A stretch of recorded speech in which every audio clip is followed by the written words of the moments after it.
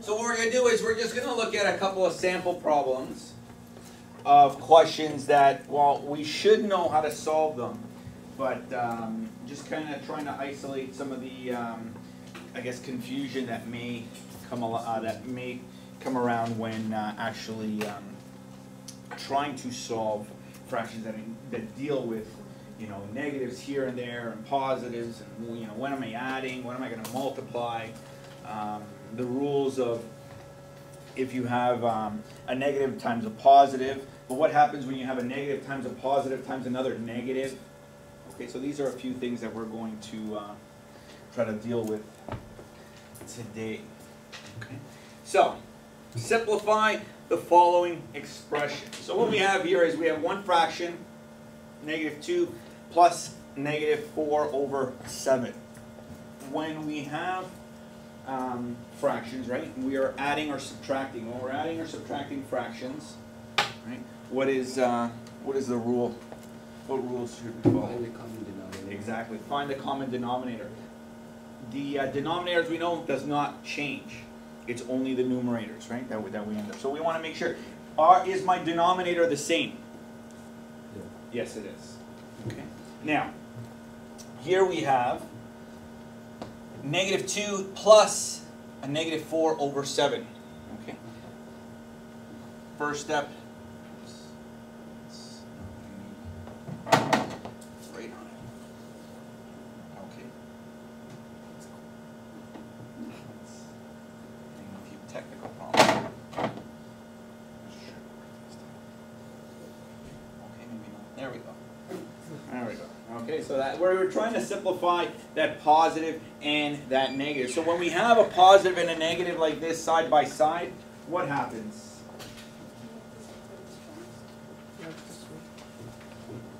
What happens? What does it become? Negative, right? So, what have we not changed? What have we not changed? What have we not changed? The first fraction. Exactly. So I just have -2 over 7. What is the next part of this expression going to look like? What is the next part of this expression going to look like? Minus 4 over 7. Okay. So now we know that the denominator isn't going to change. What is the top? What are the numerators? Now what I can do is I can simplify this by rewriting this expression here as -2 minus 4 in my numerator. Right? Because the denominator is not changing, so why not put one denominator and combine both of my numerators into one expression? So now when I'm solving -2 minus 4, right, what do I get? What do I get? -2 minus 4. -6. So I get -6 over 7. Can I simplify that any further? No. That's in lowest term already. So let's look at another expression here. Simplify the following expression. -4 over 5 minus -3 over 5. So, denominator, does it change? So, but what we want to do is we want to simplify, make it simpler. Right? So, my expression is going to look like what next? What's it going to look like? -4 divided by 5. Okay. Plus 3 over 5. Very good. Very good. So we've simplified now the two negatives. We've combined them. Right? So take the moment and actually, you know, circle them and say, okay, I got to simplify a negative and a negative to make it positive. Positive and a negative stays negative. Okay? So now, we know we're adding fractions, so the denominator doesn't change. So what's my numerator going to look like? What's my numerator going to look like? -4 Uh-huh. plus 3. Plus 3. So -4 plus 3 will give me what? Negative one. -1. And it's -1 over 5. 5. Don't forget the denominator. Okay. So yeah, it might seem, you know, like, oh yeah, they ended up being really easy when we broke it down. Right?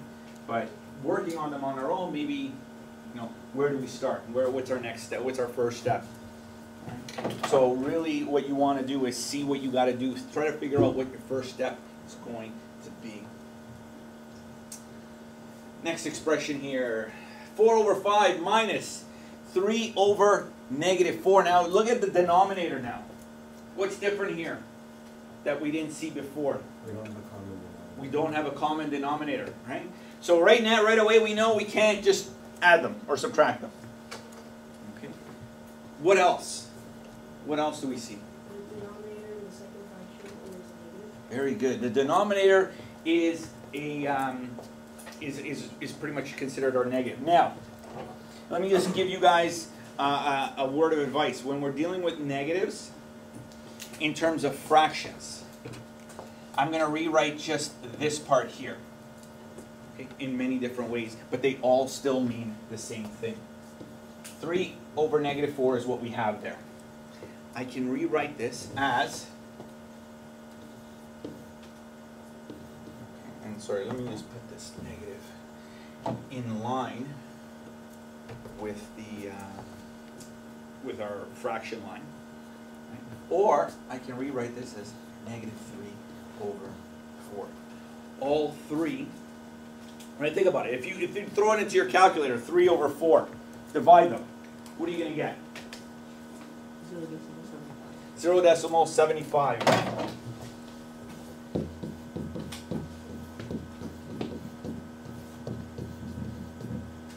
But what have we not included here? The negative, right? So it's -0.75. Or it's still -0.75. Or it's still -0.75. So regardless of where my negative is, whether it's in my denominator, as it's written here, if it's in the middle separating the two, my numerator and denominator, or if it's at the top in my numerator, the negative, it still means the same. But my advice to you, put it in the numerator. Okay. Put it in the numerator. Because remember, if you're trying to find a common denominator, right, you're going to find two numbers that you're going to multiply, right? What's the common denominator going to be? What's the common denominator going to be? Nope, not 12. 20. Right? But, problem is, though, one's positive, which means what am I going to multiply 5 by? A -4. So let's forget about having to worry about doing that. So what I'm asking you to do is bump this negative up to the numerator. Okay? So bump the negative to the numerator. Okay? Unless you'll see the option I'm going to show you guys in just a second. So in actuality now, if we're going to simplify, right, we're simplifying the two negatives and it becomes positive. Now it worked out to be not really mattering in the end, but we still want to, we still want to show that because, like I said, I'm going to show you guys in a second what that means. So we're going to rewrite the equation: 4 over 5 plus 3 over 4. So as we said, our common denominator is going to be 20, and it's, well, we're adding the two fractions. So what are we going to multiply this fraction by? 4. Right?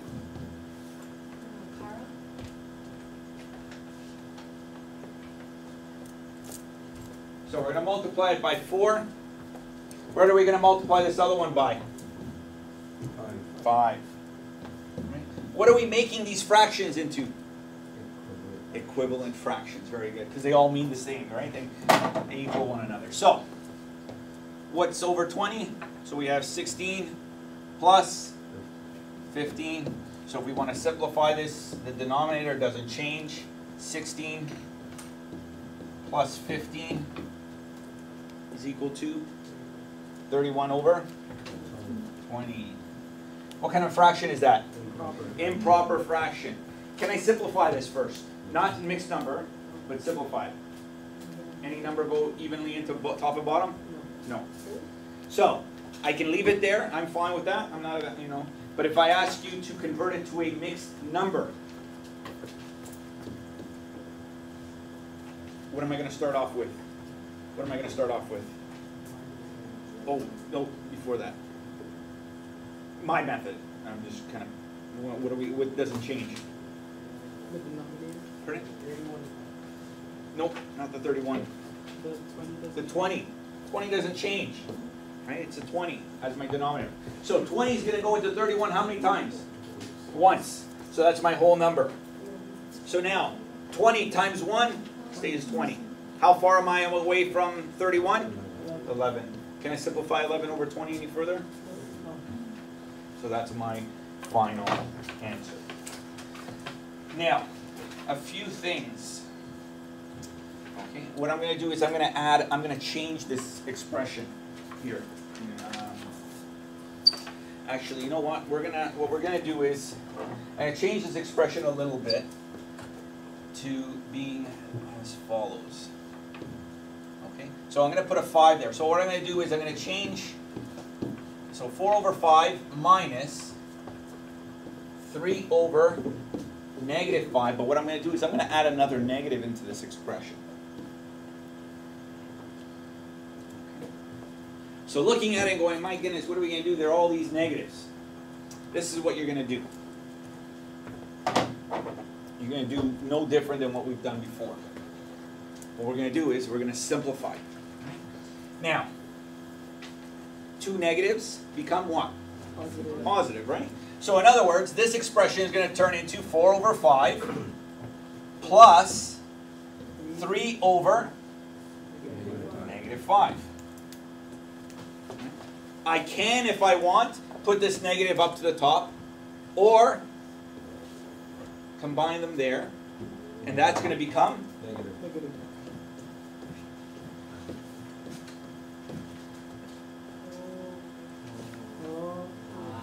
wow. Now, here's the thing. When we showed you, when working with integers, we always showed it to you this way. Multiply 2 positives together, it becomes positive. Negative with a positive, negative. Positive with a negative, negative. Negative with a negative, positive. Now, what we didn't show you is what happens. I want to keep that as well. Okay, what happens if we do this? Negative times a positive times a negative times a negative times another negative. Negative. What's this? What will this simplify to? Negative. This will simplify to? Positive. This all just gets brought down. So what's this become? Negative. And that just gets brought down. What's this become? Positive. Positive. That's so cool. Right? So we can simplify it the same way that we've been doing everything else. Or we can do the following. How many negatives do we have? 4. So, what are we going to get? A negative. Right? So a negative and a negative here becomes positive. With this negative, positive, negative, negative. Now, what if I gave you 5 negatives? Positive. Okay, so let's see. Negative, negative, Positive. negative, negative, Positive. and this negative gets carried down. Positive, positive, positive. With this negative, what did we all say? Negative. So look at it. 3 negatives gave us negative. Right? 3 negatives gave us negatives. Here we had 4 negatives. It gave us positive. 5 negatives gave us negative. So what kind of rule might come to mind? An odd number of negatives gives you a negative, or an even number of positives. Very good. Does everyone understand what he meant? If you want to find out how many negatives do you have? If you have a an even number, okay, of negatives. Okay, that's the short form for writing, explaining negatives, right? You know, you're going to get a positive value, right? Because remember, two negatives become positive. So you're always going to if you're going to have an even number, you're always going to, so if we have 4 negatives, these 2 negatives become positive. These 2 negatives are going to become positive. We add another 2 more negatives, they're also going to stay positive. So an even number of negatives will give us a positive value. An odd number of negatives will give us a negative. Okay, so yeah. Like, I get it, but it's kind of weird because when you have a negative and a negative, doesn't it like add on and does it equal positive? Well, we're talking about when we're trying to simplify. So if we had like that expression here, right, the 4 over 5 minus negative 3 over 5. Or sorry, negative 5. Look at how many negatives we have here. But we did it in a pair, right? So, but we have in total, to simplify, these 3 negatives like this. All right? We're not doing this. I'm not saying, well, we have negative 3 minus 5 minus 2 minus 1. What's that equal to? We have, how many negatives do we have? We have 1, 2, 3, 4 negatives. But that doesn't mean our answer is going to be positive. Yes. Right? We're talking about when we're multiplying. That's kind of what I was wondering about. Because when I did the bedmas thing, I was wondering, like, so if I multiply this and do the Multiplying. But here, really, what function are we doing between these numbers? We're subtracting. We're subtracting. This really works if you're kind of multiplying or if you're simplifying signs that are side by side like this. Right? What's separating this negative from this negative? A number. But what's separating this negative from that negative? Really nothing, just space. Right? There isn't really a number. If I snuck in a number like this somehow, but even that doesn't even look like real math anymore. Right? So these are things that you need to really practice these questions. Okay? You cannot just take these. Honestly, integers can be very difficult if you don't take the time to practice them. So if you're looking at it going, yeah, I'll get it when the test comes, and then when you saw what the last quiz, how some of you guys did, right? You saw, you thought you got an answer. It worked out. There were no decimals in my answer. I must have gotten perfect, right? And we realized, well, with bedmas, yeah, we can still get our whole numbers, but it could still be wrong if you mistake a step. Right? So it's really important that you understand, when do I multiply, when do I divide, when do I add, when do I subtract? Because that was one of the common questions. Someone said, they would ask me, and they'd be like, okay, here we have negative 3 and negative 5. What am I doing? Am I subtracting? Or am I multiplying these two? How do I know that I'm multiplying? I'm separating them, let's say, with brackets. And there's no sign in between the brackets. This means negative 3 and the bracket's negative 5. I'm multiplying. This means that I'm adding these two, but I need to simplify that. Okay? So there's a difference. So please be aware of the sign that you are doing with each one of these integers. So let's move on. Simplify the following expression. So, what function are we doing with all of them? Multiplication. So, when we're multiplying fractions, does the denominator matter? No. The denominator does not matter. So, equals. Right? What I'm going to do is I'm going to multiply all my numerators together. So, let's do it step by step. 3 times 1. 3 times negative 2. Negative 6. Right? Negative 6. Right? Now, but how many negatives do I have in that first one when we're multiplying? 1. Is that an odd or an even number? It's an even. One's an even number? Oh no, I thought you said 2 because no, the negatives are 2, yeah. So, sometimes we get so excited, with the question, we're already thinking what we want to say next, and fail to realize, oh wait, I'm asking you guys a completely different question along the way. So, we have one negative, odd number. Value is going to be negative.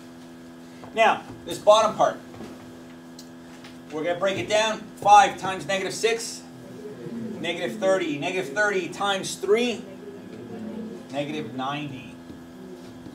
Now, we have the two negatives like that. What function are we doing between the two? Dividing, right? So there's no subtracting, no nothing. So, two negatives this way means positive. So we don't put a sign. So we have 6 over 90. Is that my answer? No, I know I can simplify. What am I going to divide top and bottom by? Okay, let's break it. Let's do it smaller. Divide by 3. 6 divided by 3 is? 2. 90 divided by 3? 30. Can I simplify further? Yes. What am I going to divide top and bottom by? 2. So we get 15 and 1? No. 1 over 50. Okay. So, some of you, might have figured out I can divide it by 6. Some of you might look at it and go, well, I don't see the 6, I see the 3. But remember, just because you figured out one of the numbers doesn't mean you can't keep going. Because some students think, sir, but I've already simplified it. Doesn't mean that you don't keep searching. Okay? Because in reality, you should be looking for an even bigger number. So when you're dividing with your calculator and you find 3, test out other numbers. Test out 4, test out 5, test out 6, 7. Keep going until you figure out something greater. Okay, so that's our answer there, 1 over 15. Okay, let's do the following. 3 over negative 2 divided by negative 1 over 3. What's the rule for division? For which? The second one, right? So the first one, so how can I start this off without even worrying about my reciprocal just yet? What am I going to start off with? 3 over 2. Very good. So 3 over negative 2. And the rule states when we're dividing by another fraction, we multiply by the reciprocal. So the reciprocal of negative 1 over 3 is? 3 over negative 1. 3 over negative 1. Okay. Doesn't matter here. We can put it in the denominator. We can bump it up into the numerator if we want. It's not going to change anything. Okay. It's not going to change anything. Okay. So, the same rules apply for multiplying. Multiply the numerators. 9 over.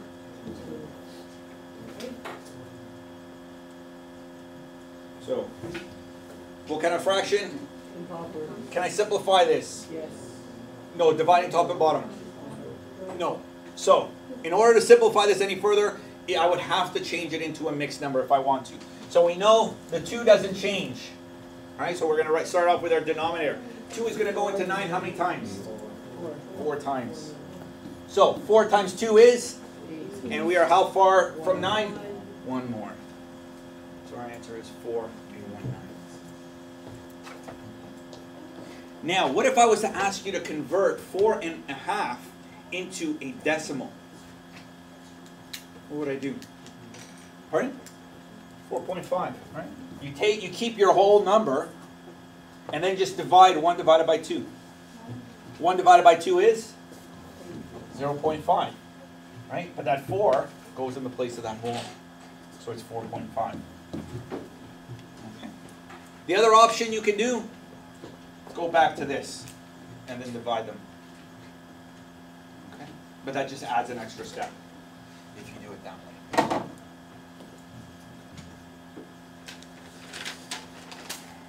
Ten and 1/2 divided by 3 1/4.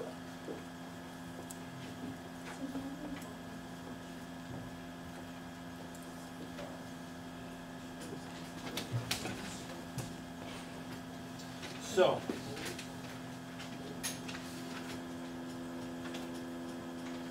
my advice to you is convert this mixed number into an improper fraction. Hey, you have to do like symbols.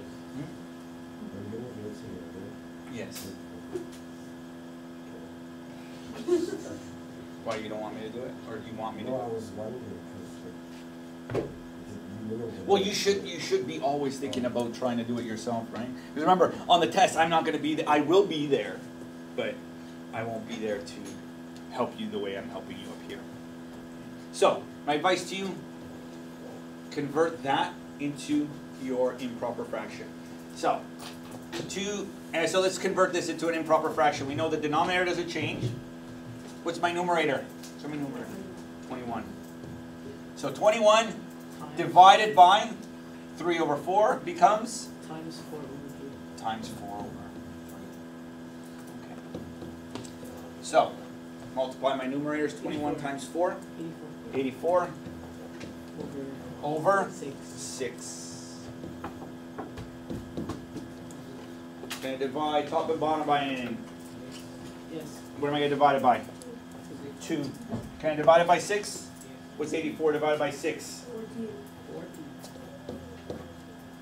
There's my answer.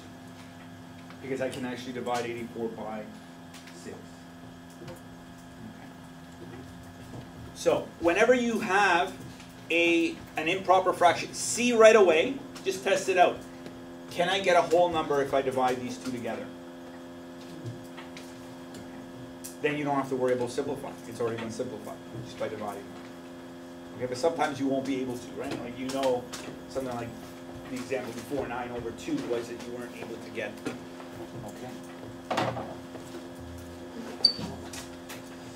Okay, simplify the following expression. We have an exponent now. All right, we have an exponent now. We can solve this in one of 2 ways. One way is to expand. Okay, and I'm going to show you guys the expanding way, and eventually, you should be able to do this without expanding it. So, if I was to expand this, what is it going to look like? What's it going to look like?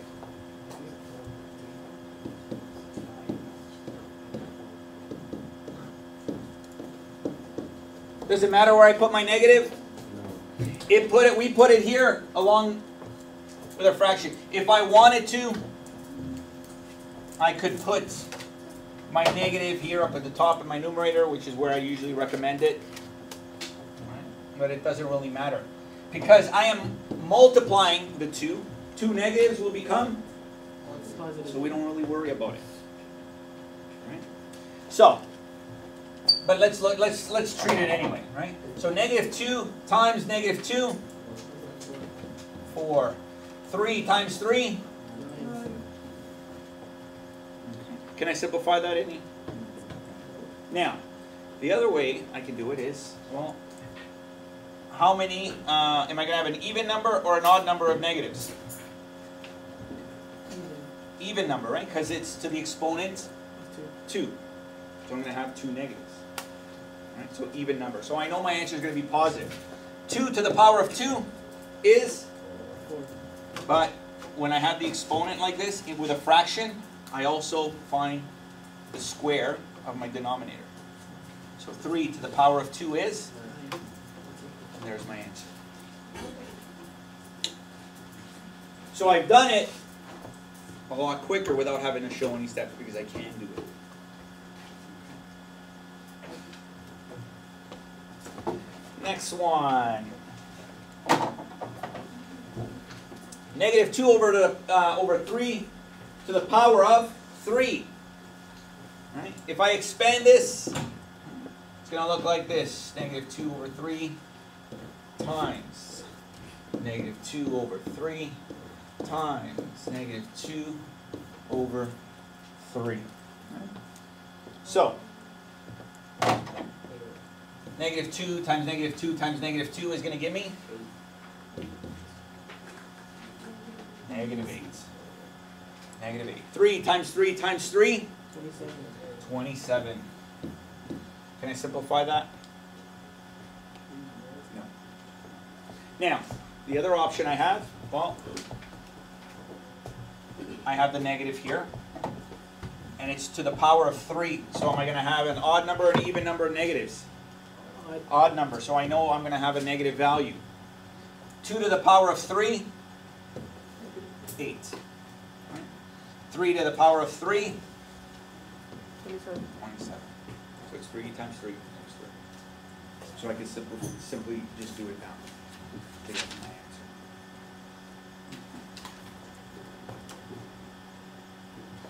answer. Simplify the following. According to bedmas, what are we going to do first? Brackets. But are there really brackets? What's there to do in each bracket? Multiply. Oh, but that's between brackets. When we're doing brackets, we want to do within the bracket. Can we do anything within this first bracket? No, there's nothing for us to do. But how about this next bracket? Yes, what is there to do? The exponent, right? Because that's the E for bedmas. So, this first fraction, or this first bracket, doesn't change. Even though, yeah, bedmas says do brackets first. Right? But there's nothing to do in those brackets. So you go to the next set of brackets. What's there to do? Well, there's an exponent outside of it. So let's expand that. So 1 over 2 here to the power of 2 is going to become? It's going to become 1. 1 to the power of 2 is? 1. 2 to the power of 2 is? 4. Can I do the rest of this step? Yeah, just multiply, right? So the question may have looked difficult because of that exponent. But look at how simple it really, really was. Don't let negatives, don't let exponents, don't let brackets fool you. Bedmas rules apply. Follow that. Then think of it this way. If I have a negative with a negative side by side, is that proper math? So make it proper. Turn it into one side. So, negative 2 times 1 is? Negative 2. 3 times 4? So negative 2 over 12 will simplify to negative 1 over 6. Very good.